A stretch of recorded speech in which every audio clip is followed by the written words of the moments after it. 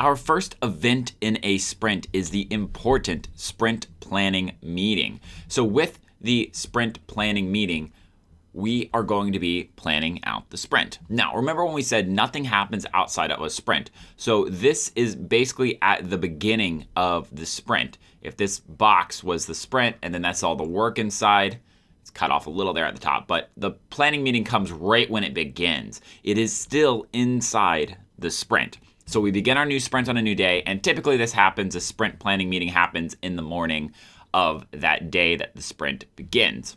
With the sprint planning meeting, we are looking at a 2 to 4 hour time box. It will be set up beforehand by your Scrum Master so you know how long the meeting is going to be, and it will be upheld to the best possible standards.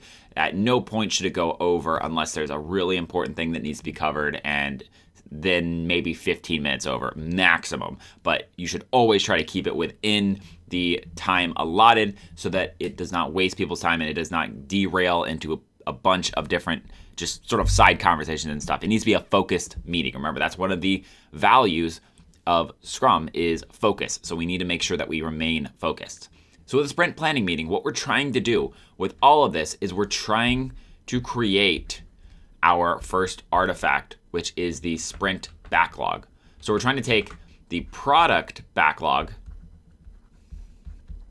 and we're trying to turn it into a sprint backlog.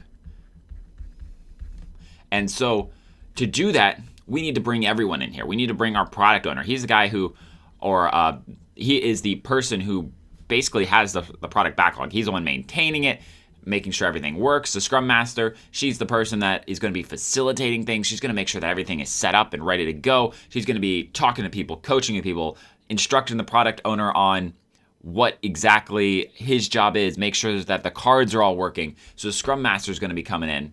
The development team needs to come in because they need to decide how much work is enough work. They need to decide, what some of the tasks are going to be when you break things apart.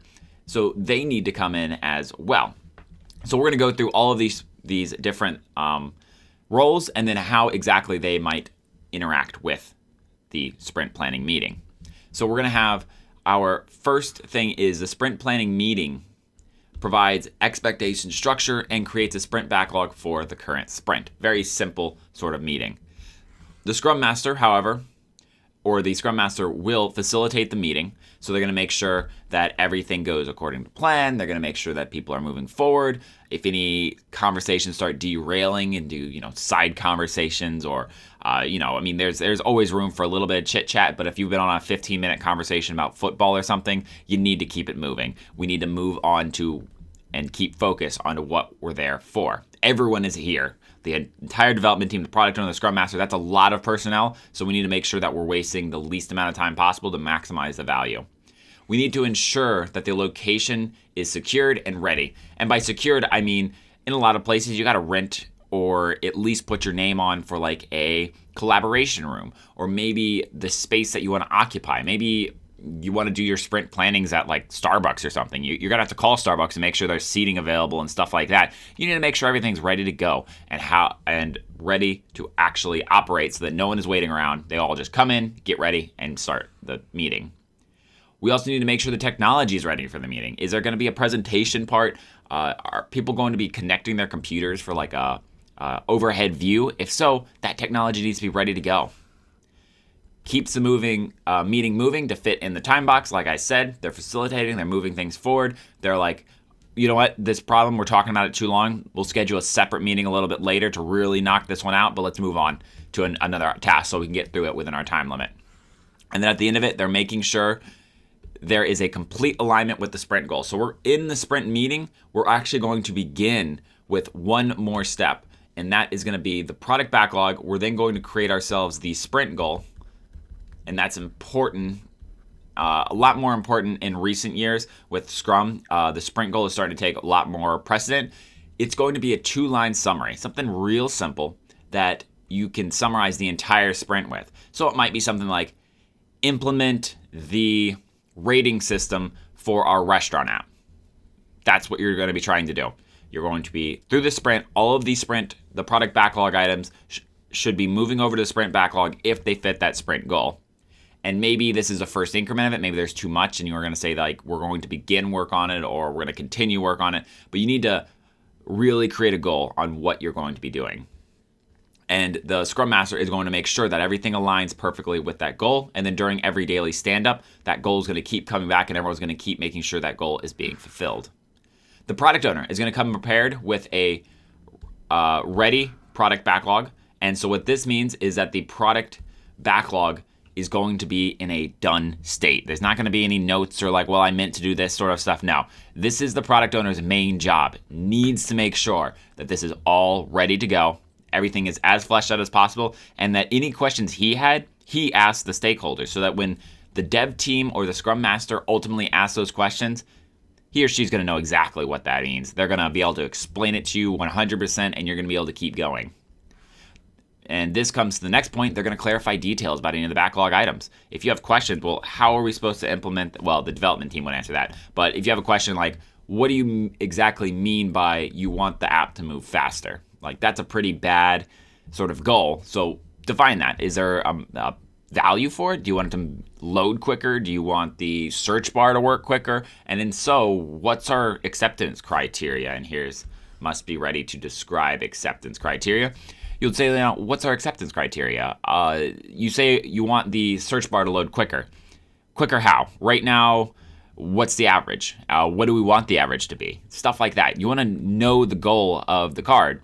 If you just get these open-ended, make the UI better, make the backend better, make the database better, there's no actionable stuff from that. And so it's going to be the sprint planning meeting. You're going to be coming in, you're going to be sort of trying to tear those apart and be like, well, when you say the database better, what is wrong with it now and what do we want to make better about it? And the product owner might be like, oh, well, by wrong, I mean that it's way too slow when we're trying to get stuff. And you're like, okay, way too slow. So you want it to be sped up. How quick do you want us to try to make it? And then, that's how the meeting will go. And you'll come up with, instead of make database better, it'll be improve database search times by 2 times. There, that's an actionable item that someone can work on and you can actually see at the end if you're able to accomplish that or not. Then finally, we got the dev team. They're going to help collaborate which tasks will work towards reaching sprint goal as well as are accomplishable. What this means, they're going to know their own strengths. They're going to be putting things in there. They have a point system that works for them. They're going to be like putting numbers in their mind and trying to figure out how much work they can actually do and figure out which of the product backlog items will help the sprint goal, help the sprint backlog, but are also achievable. You don't want to throw in 9 weeks worth of work in a 2-week sprint. It's not going to get done and everyone's going to be disappointed. So they need to step in and say, all right, I think that with this, and this, we can accomplish at least our first step towards this goal, and we can begin and actually create an actionable product increment, and we can actually accomplish it. And then, of course, the product owner will be like, well, could you add this in as well? And they would go back and forth until a nice sprint backlog is created that everyone agrees on. They need to be in attendance so you know your expectations for the sprint as well. The whole dev team needs to be there. You can't have, half the dev team or just a representative of the dev team. Everyone needs to be there so they know their expectations, so that they're a part of the process that picks these cards. Otherwise, we fall, instead of it being this sort of circle of Scrum where everyone is choosing what they're going to be working on, if the dev team isn't there, then we go back to the typical hierarchy where we got people choosing what you're going to work on.